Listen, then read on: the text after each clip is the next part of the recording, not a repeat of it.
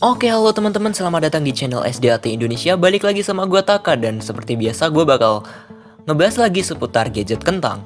Oke, pada kesempatan kali ini gue bakal bahas tentang emulator PS2 yang baru, yaitu Aether SX2. Nah, jadi katanya tuh Aether SX2 tuh disupport langsung sama developer PC SX2 yang mana PC SX2 itu emulator buat komputer dan laptop. Nah oke, nggak usah basa-basi lagi, kita bakal langsung masuk ke Aether SX2-nya. Nah setelah masuk ke Aether SX2-nya, kita langsung masuk ke opsi App Settings. Oke, sebelum masuk ke tutorialnya, gue mau kasih tahu kalau device yang gue pakai itu Redmi Note 8 dengan RAM 3GB. Kalau buat sekarang ini, HP ini udah cukup kentang lah ya. Nah pada bagian General, kalian bisa centang Enable Frame Limit, Enable Game Fixes, sama Fastboot. Nah jadi ketiga opsi tadi kalian aktifkan semua. Dan sisanya ini gua seperti default saja. Nah setelah itu kita masuk ke sistem. Untuk bagian sistem di cycle rate atau yang di dalam kurungnya ini underclocking, kita masukkan 50% yang min 3.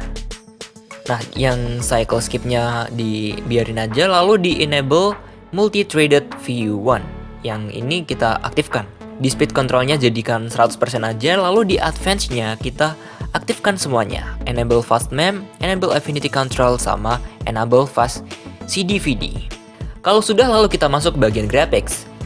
Di bagian rendering kita pilih GPU rendernya OpenGL, upscale multiplier-nya 1 kali, mip mapping-nya kita nonaktifkan, lalu di interlacing-nya jadikan non saja.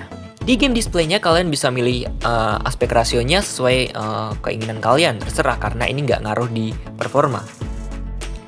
Nah untuk opsi lainnya gua nonaktifin.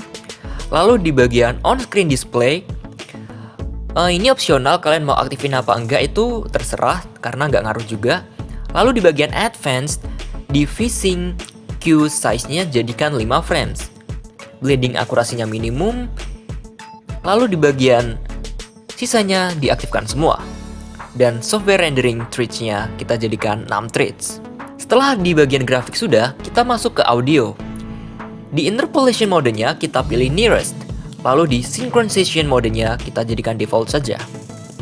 Setelah sudah, lalu kita masuk ke bagian advanced.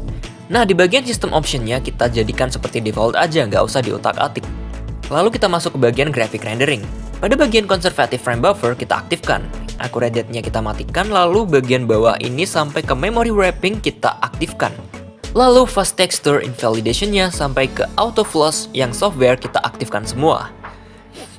Untuk bagian half bottom override kita force disabled. Half pixel offset-nya kita jadikan off. Run sprite offset-nya kita matikan juga, jadikan off. Skip draw sama skip draw offset-nya kita jadikan 0 saja karena default-nya itu. Di bagian game fixes-nya kita nonaktifkan semua, nggak usah diutak-atik. Lalu yang terakhir di bagian graphics driver-nya kita aktifkan semua. Oke, kalau settingannya sudah semua, sekarang kita akan ngetes buat main game. Jadi game yang akan saya gunakan buat ngetes pada tutorial ini adalah 2 game, yaitu Naruto Shippuden Ultimate Ninja 5 sama Sengoku Basara 2. Oke, jadi game pertama yang akan kita tes untuk dimainkan adalah Naruto Ultimate Ninja 5.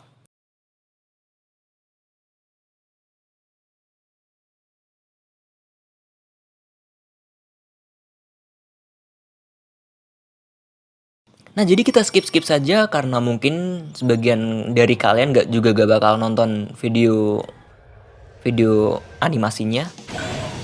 Oke, sekarang kita akan langsung masuk ke menunya.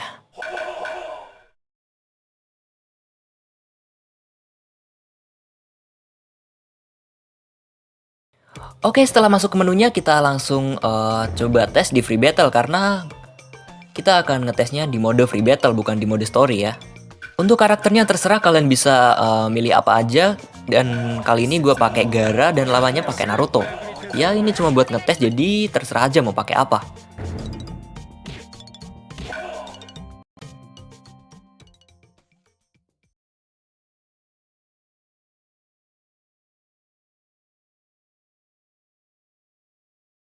Oke, sekarang kita sudah masuk ke dalam gamenya. Sekarang kita tes buat mainnya.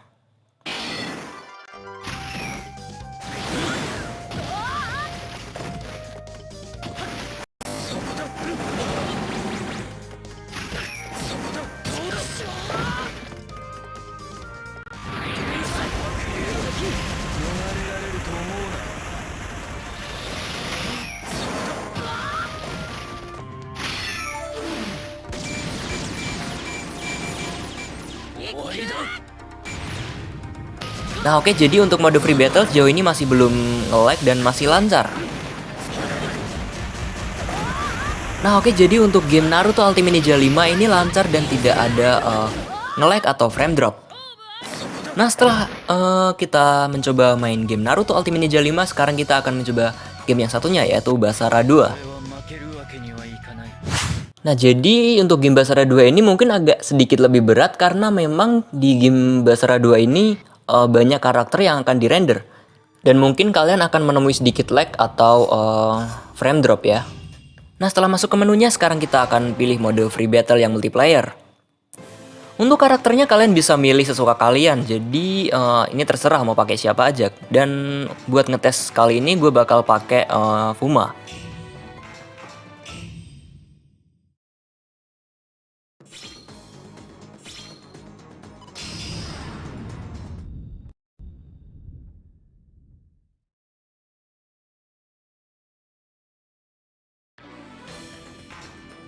Nah untuk item dan skillnya kita asal aja nggak apa-apa, ini cuma buat ngetes ya. Jadi ya kalian bisa pakai terserah lah.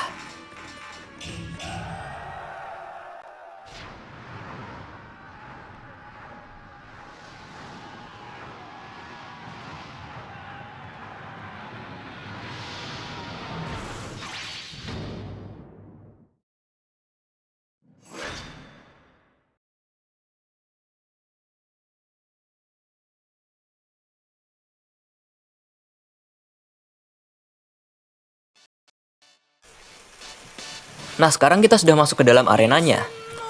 Nah jadi ketika karakternya ada lebih dari 5, mungkin akan agak nge-lag atau frame drop karena memang banyak sekali karakter yang harus dirender sama GPU-nya.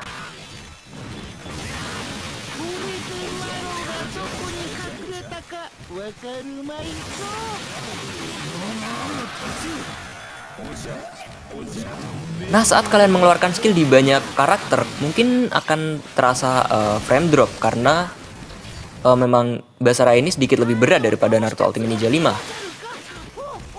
Nah ketika kayak gini, pas sedikit karakter muncul di layar, kalian mungkin bakal ngerasain kalau frame dropnya itu udah hilang dan sedikit lebih lancar karena memang begitu. Karakter yang dirender itu lebih sedikit. Nah ketika kalian balik ke tempat yang banyak karakternya, mungkin akan terasa frame drop kembali karena prosesor sama GPU-nya itu ngerender lebih berat. Oke, setelah mencoba pakai skill, sekarang gue mau coba pakai ultimate-nya.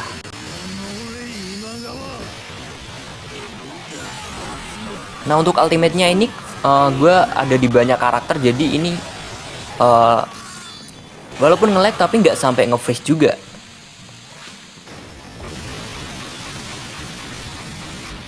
Nah ketika di tempat yang sepi atau sedikit karakter, kalian bisa dapat frame yang lebih tinggi.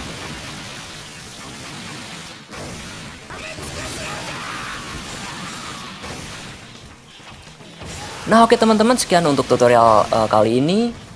Dan kedepannya gue bakal bahas tutorial-tutorial lagi seputar gadget kentang. Terima kasih sudah menonton dan sampai jumpa lagi di video berikutnya.